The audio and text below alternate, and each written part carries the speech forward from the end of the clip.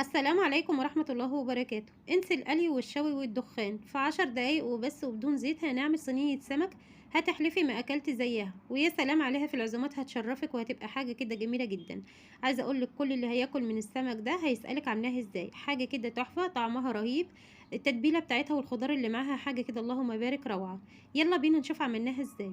عندي 2 كيلو من السمك، غسلها وغسلة كويسة جدا طبعا. شايفين من جوه السمكية ما شاء الله اللهم بارك. بعد كده عملت لها فتحات بالسكينة بالطريقة دي عشان تتشرب من التتبيلة. هنبدأ بقى نجهز التتبيلة مع بعض. عندي معلقة من التوم، معلقة تكون كده كبيرة مليانة. التوم اللي عندي طبعا توم مفروم كنت مفرزاه في الفريزر. هحط كده معلقة كبيرة تكون مليانة، وبعد كده هنحط حباية من الفلفل الأحمر وواحدة أخضر. وكمان عندي حباية من الفلفل الحامي، لو حابة تستغني عنها وعندك أطفال مفيش مشكلة براحتك، بس بتدي طعم جميل جدا في تتبيلة السمك. هحط كمان معلقة من الملح. وهاخد الكلام ده كله هضربه ضربة كويسة جدا، وبعد كده هنرجع نشوف هنضيف تاني ايه عليه. خلاص كده بعد ما ضربتهم كويس دلوقتي هنضيف عليهم، عندي معلقتين كبار كده من الخل. وما تكتريش في الخل عشان ما يهريش السمك معاكي، كتري في الليمون، السمك بيحب الكمون والليمون، هيديكي طعم خطير جدا. ضفت كمان معلقة كمون، وهضيف بابريكا. وهنضيف معلقه كده صغيره من بهارات السمك. البهارات دي موجوده عند اي عطار، هتقولي له عايزه بهارات سمك هيديلك، بتدي طعم تحفه وريحه جميله جدا. كمان هنضيف معلقه صغيره من الكزبره المطحونه، وهنضيف عصير ليمونتين كبار. لو الليمون اللي عندك صغير تقدر تضيفي عصير 3 ليمونات. عايزه اقولك الليمون بيفرق جدا في السمك، عارفين كلنا طبعا ان الليمون روح السمك هو والكمون، هيديكي طعم خطير جدا. التتبيله دي عايزه اقولك ريحتها تحفه وطعمها كان خطير جدا. هنقلبها كده كويس. ودلوقتي يا بنات قبل ما احط التتبيله اللي عملناها مع بعض في السمك، دايما كده بحب املح السمك الاول، بحيث لما تيجي تاكلي السمكه كده تحس ان السمكه لحمها متحيق وطعمها حلو. انما بصراحه لو ما عملتش الخطوه دي بحس ان السمكيه دلع، ومهما حطيتي من التتبيله ما بتاثرش برضو في السمك. انما الخطوه دي خطوه مهمه جدا ولازم تعمليها، جربيها وهتشوفي الفرق بنفسك. هناخد كده رشه كده من الملح، الملح ده عليه كل البهارات. هضيفها كده وهدعك السمكيه كده بره وجوه. وشيء اساسي الكمون والكزبره. وخلاص كده بعد ما تبلت السمك كله كده بمعلقه من الملح، معلقه صغيره من الملح، وتبلتها وكمان تبلت الفتحات دي. دلوقتي هنبدا نحط الخلطه اللي احنا عملناها مع بعض. هناخد كده معلقه صغيره وهندعك السمكيه كويس جدا بره وجوه، وفي الفتحات لازم تتبلي السمكيه كويس جدا. خطوه مهمه جدا ان انت تتبلي السمك عشان لما تيجي تاكلي السمك تحسي ان هو متطعم وشارب من التتبيله. اتمنى منك لو اول مره بتشوفي قناتي ياريت تشوفي فيديوهاتي وتقيميها، ولو شايفاني بقدم محتوى هادف واستحق اللايك اتمنى تدعميني باللايك والاشتراك وتفعيل الجرس عشان يوصلك مني كل جديد. خلاص كده تبلت السمك، هتبل السمك كله بالطريقه دي بره وجوه، شايفين دعكتها كلها بالتتبيله. هخلص الكميه كلها وهنرجع نشوف هنعمل ايه مع بعض.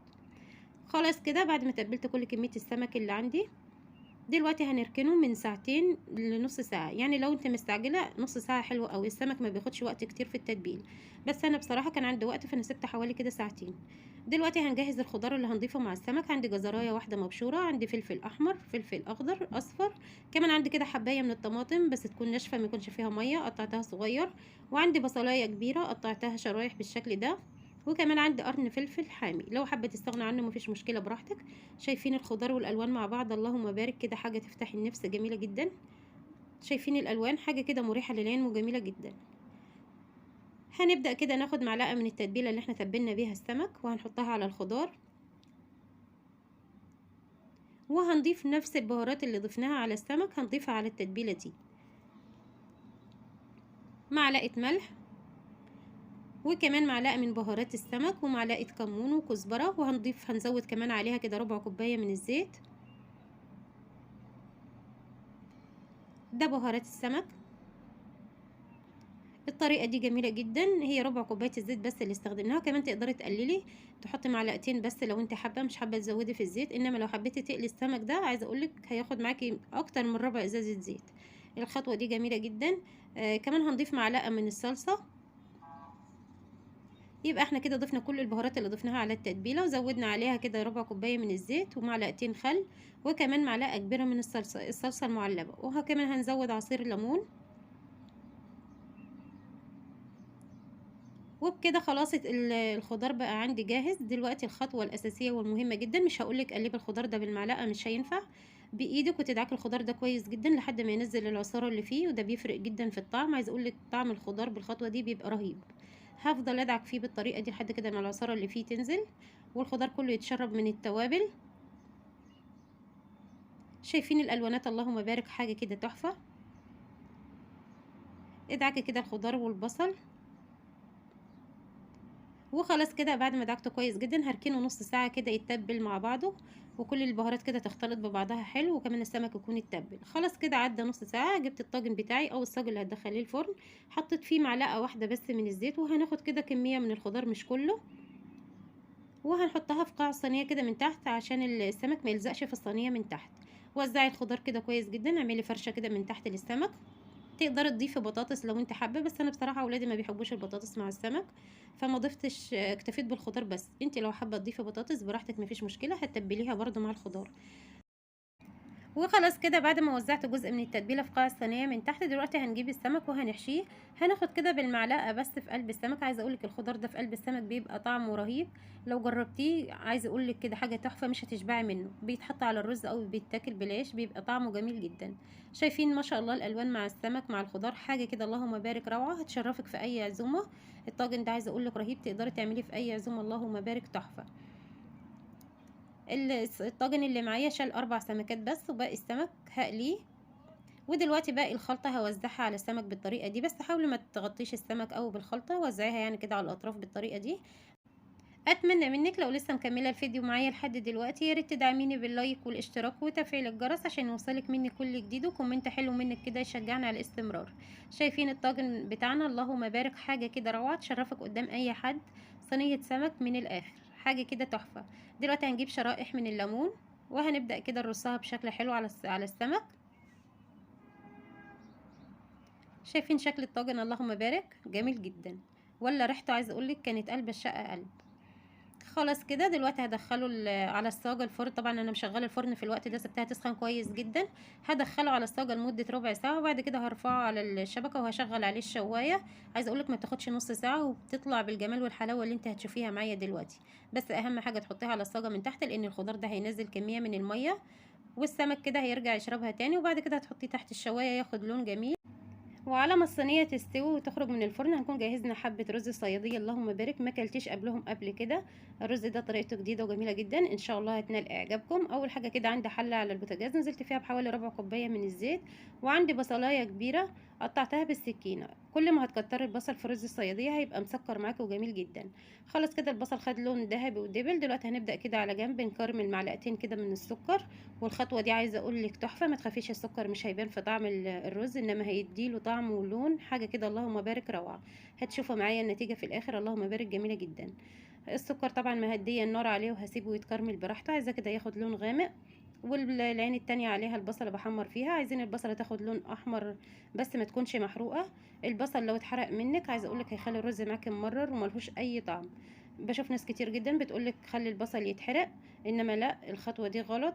البصل عايزين ياخد لون احمر غامق بس ما يتحرقش. شايفين؟ هقلب فيها تشوفوا معايا اللون دلوقتي. وخلاص كده الكراميل بقى جاهز، هنطفي عليه البوتاجاز وهنبدأ نقلب في البصل.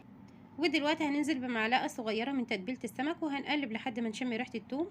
بعد كده هننزل بمعلقه كبيره من صلصه الطماطم وهنقلب كده وهنسيبها لمده دقيقه تتسبك مع البصل عشان حموضه الطماطم تقل شويه. ودلوقتي هننزل ب3 كوبايات من الميه. النهارده استعملت كوبايتين ونص من الرز المصري، كل كوبايه رز بضيف لها كوبايه وربع من الميه، يبقى كوبايتين ونص ضفت لهم 3 كوبايات من الميه، وهسيب الميه لحد ما تغلي.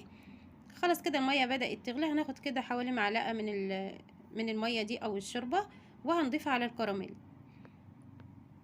اتمنى منك لو لسه مكمله الفيديو معايا لحد دلوقتي يا ريت تدعميني باللايك والاشتراك وتفعيل الجرس عشان يوصلك مني كل جديد. خلاص كده هسيب الميه لحد ما تغلي. هنزل طبعا كل الكراميل. حاولي كده تحط عليه الميه تكون بتغلي عشان ما يقفش منك في الطاسه زي ما حصل.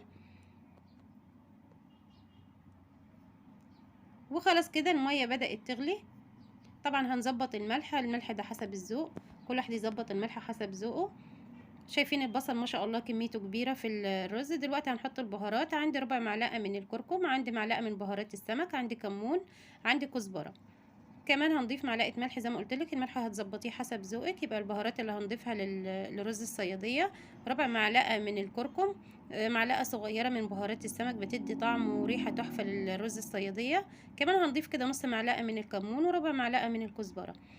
هقلب كويس جدا. دلوقتي نزلت بالرز هنقلب. شايفين مقدار الميه مناسب جدا، محتاجتش ولا نقطه ميه على مقدار الميه اللي انا ضفته.